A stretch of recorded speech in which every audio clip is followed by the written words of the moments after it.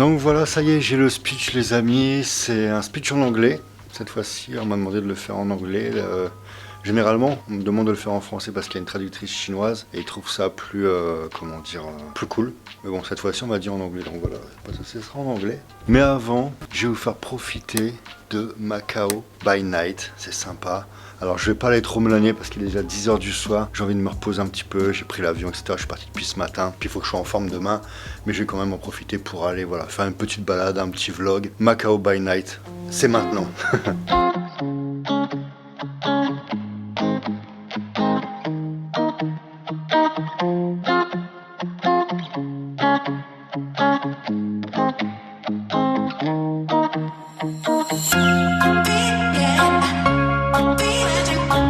Je vous avais dit qu'il y avait plusieurs ascenseurs à prendre. Et là, je crois que c'est le dernier. On va arriver au lobby de l'hôtel.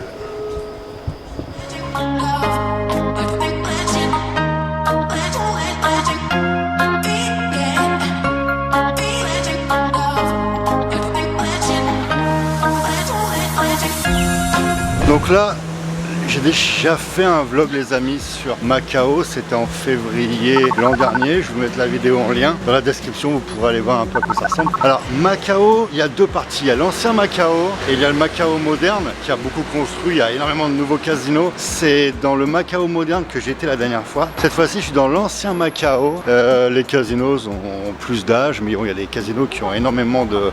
je sais plus les noms en tête, j'essaierai de faire une petite recherche, je vais le mettre dans la description. Mais il y a des casinos qui sont très réputés parce que voilà ils ont de l'histoire ici quoi. Alors demain la conférence les amis, est-ce que je vous en parle maintenant ou pas? Ouais, la conférence c'est demain à quelle heure à 16h. J'ai un petit speech de quoi 15 minutes, 20 minutes maxi et ensuite j'ai une pause et je pars en dîner avec les VIP, il y a 200 personnes et on part dans cette rue, ça a l'air sympa les amis.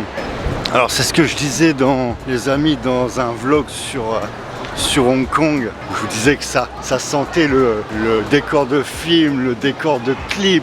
Alors quand je suis Hong Kong et Macao, c'est la même chose que je ressens. C'est vraiment ça. Putain, ça sent vraiment bon. Il y a de quoi faire des trucs de fou ici au niveau décor. Ça déchire quoi. Ouais, c'est ce que je vous dis les amis. Il y a vraiment de quoi faire des trucs ici. Si vous êtes rappeur, si vous êtes dans la musique, etc. Voilà, il n'y a personne qui vient faire ces clips sur Macao, ça claque les mecs, ça a de la gueule, ça a du cachet, regardez-moi toutes ces couleurs. Il y a PNL qui ont fait un clip au Japon d'ailleurs qui déchire quoi. Fait une petite touche comme ça asiatique, ça a de la gueule les amis. Vous savez, pour pas changer les amis, tout de suite qu'est-ce que j'ai envie? Eh bien c'est de manger.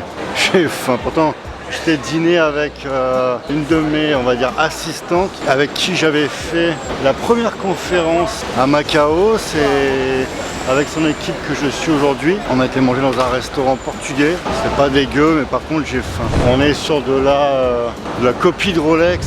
Bon alors les amis, je fais un petit retour. Voir s'il y a assez de lumière. Ouais, c'est cool. On voit ma grosse tête. En gros plan, excusez-moi, il va falloir que je tienne la caméra un peu plus loin pour que vous évitiez de me voir en gros plan. Donc petite particularité aussi, alors comme je vous expliquais, cette conférence c'est pour un autre groupe asiatique, voilà, crypto-monnaie etc.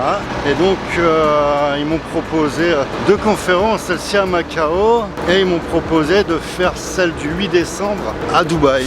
Alors je n'ai encore jamais fait de conférence à Dubaï, ça va être encore avec un public différent, il va y avoir aussi un public asiatique, donc j'ai dit ok, j'avais rien de prévu pour le mois de décembre au niveau conférence.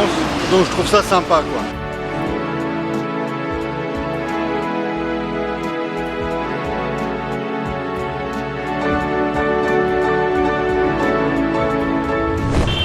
Alors je repasse devant le restaurant portugais justement où j'ai été manger tout à l'heure. Voilà, c'était correct, c'est pas fantastique, c'était correct, je m'attendais à manger réellement portugais. C'est des bons plats que j'aime bien chez vous, les carrés, mais c'était pas totalement ça, c'était on va dire portugais mais à la chinoise. Bon ici les amis, la bouffe ça a l'air d'être vraiment chinois. J'ai pas envie, j'ai envie de manger une pizza par exemple, un truc comme ça là, parce que en Thaïlande j'adore la bouffe chinoise, la bouffe thaïlandaise etc. Mais tout ce qui est la bouffe chinoise je suis pas fan. Alors j'en avais déjà parlé lors de mon premier vlog. Macao c'est du no limit pour les joueurs casino, vous savez Las Vegas etc. Il y a un plafond maximale sur Macao. C'est du no limit. Vous pouvez jouer ce que vous voulez, etc.